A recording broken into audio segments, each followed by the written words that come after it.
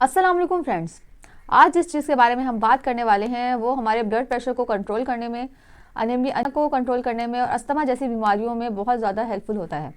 Skin disease में किसी भी किस्म की स्किन डिजीज़ हो, स्किन रैश हो, पिंपल हो, एक्नी हो और तो और रिंग वॉर्म टीनिया जिसे दाद भी कहते हैं, उसमें भी इसका इस्तेमाल बहुत ही ज़्यादा मुफीद होता है।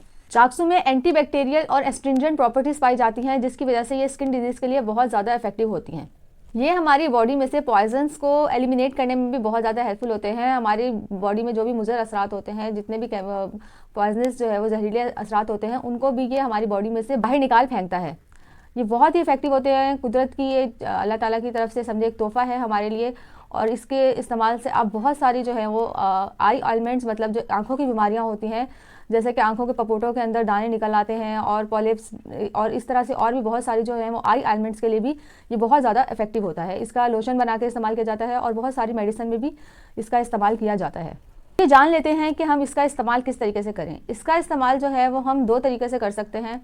के यूज़ करने के टू वेज़ हैं, एक ओरली और एक एक्सटर्नली। मतलब ओरल भी यूज़ कर सकते हैं, आप खा भी सकते हैं इसको, और आप जो है वो एक्सटर्नली, जैसे किसी के रैश हो, दाद हो गई हो, रिंग वॉर्म टीनिया जिसको बोलते हैं, इस तरह का किसी को भी इशू हो जाए तो वो उसको एक्सटर्नली भी लगा सकते हैं। और इंटरनली जो है वो आपको खा के उससे भी बहुत ज़्यादा आसानी से इसके फ़वाइद से जो है वो मुस्तफ़ीद हो सकते हैं। पहला वे ये है कि ये जो है वो बहुत ज़्यादा कड़वे होते हैं, इसलिए आप इसको कैप्सूल्स में भर के भी, जितनी आपको अमाउंट में इसकी जो है वो खुराक लेनी है, जैसे कि ½ टीस्पून बेबीज़ के लिए, बच्चों के लिए होता है, और बड़ों के लिए 1 टीस्पून जो होता है इसकी खुराक होती है, आप उतनी वो आप कैप्सूल्स में भर के इसको ओरली पानी के साथ खा सकते हैं।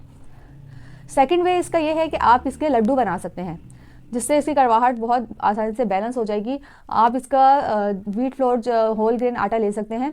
1 kg के अंदर आप इसको 1 पाव चाक्सू का पाउडर ऐड करके लड्डू बनाएं, जिसके अंदर आप गुड़ या शक्कर की चाश बना के आप इसके आराम से लड्डू बना सकते हैं, और अपनी पसंद के ड्राई फ्रूट भी उसमें ऐड कर सकते हैं। अपने बच्चों को ये लड्डू बना के खिलाएं, इंशाअल्लाह ताला उनको कभी भी जो है वो स्किन डिसऑर्डर नहीं होंगे अल्हम्दुलिल्लाह। कभी उनको दाने नहीं निकलेंगे, कभी उनको एक्नी नहीं होगी, और उनकी स्किन हमेशा क्लियर रहेगी। किसी भी किस्म का उनको स्किन डिसऑर्डर या किसी भी किस्म के जो जितनी भी एलिमेंट्स मैंने आपको बताए हैं, जो जो बीमारियां मैंने आपको बताई हैं, वो आपके बच्चों में कभी भी नहीं आएंगी।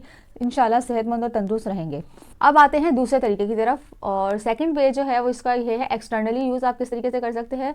किसी भी ऑयल के अंदर आप इसका जो है वो पेस्ट बना के रख सकते हैं अपने पास, और जहाँ पे भी आपका अफेक्टेड एरिया है, रैश है, पिंपल है या दाद है, किसी भी किस्म का आपको स्किन डिसऑर्डर है, आप उसको उसके ऊपर मरहम की तरह अप्लाई करें। इंशाल्लाह ताला दिनों में आपको रिजल्ट मिलेगा और बहुत ही आसानी से जो है वो आपके जो है ये मसाइल हैं वो हल हो जाएंगे।